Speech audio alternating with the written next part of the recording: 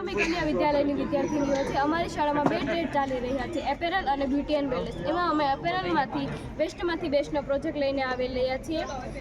એ અંગ્રેજો 17મી સદીમાં આ શણનો ઉપયોગ કરતા હતા અને તેનો ઉદ્યોગ પણ ચાલુ કર્યો હતો.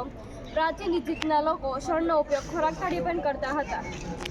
જૂથમાંથી દોરડાઓ સૂતળીઓ બને છે. જૂથનો ઘણો ઉપયોગ થાય છે, જેમ કે બોરીઓ બનાવવા માટે, કપાસની ગાંસડીઓ બનાવવા માટે, કપડાં આવરણ બનાવવા માટે, બૂટ ચંપલના આવરણ માટે પણ ઉપયોગ થાય છે. તેની અનુકૂળતા પ્રમાણે તેની ખેતી કરવામાં આવે છે. તેની માટે કાપવાળી જમીન અને વધુ પાણીવાળી જગ્યા જરૂરી છે. શણનો વાવણી સમયે તેને 2 થી 3 ઇંચ વરસાદની જરૂર પડે છે. તેના માટે 20 થી 40 અંશ સેલ્સિયસ તાપમાનની જરૂર હોય છે.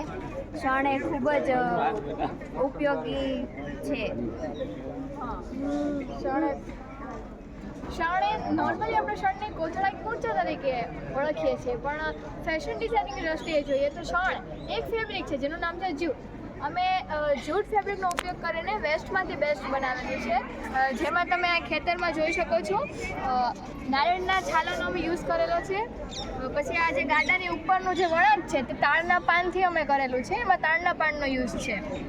પછી તમે ઘરનું છાપરું જોઈ શકો, જેમાં અમે નારિયેળની કાચનો યુઝ કરેલો છે. અને આ બધી જે ઢીંગલીઓ છે એને શણના જ કપડાં પહેરાવેલા છે. હિંચકામાં પણ અમે નારિયેળની કાચનો યુઝ કરેલો છે. પછી અહીંયા મકાઈના ફોતરામાંથી અમે એને કપડાં પહેરાવ્યા છે. માટીની નાની ગાયો મૂકી. અને ફ્રેમની વાત કરીએ તો ફ્રેમમાં પિસ્તાના ફોતરાને કલર કરી અને એને ફ્રેમ બનાવેલી છે.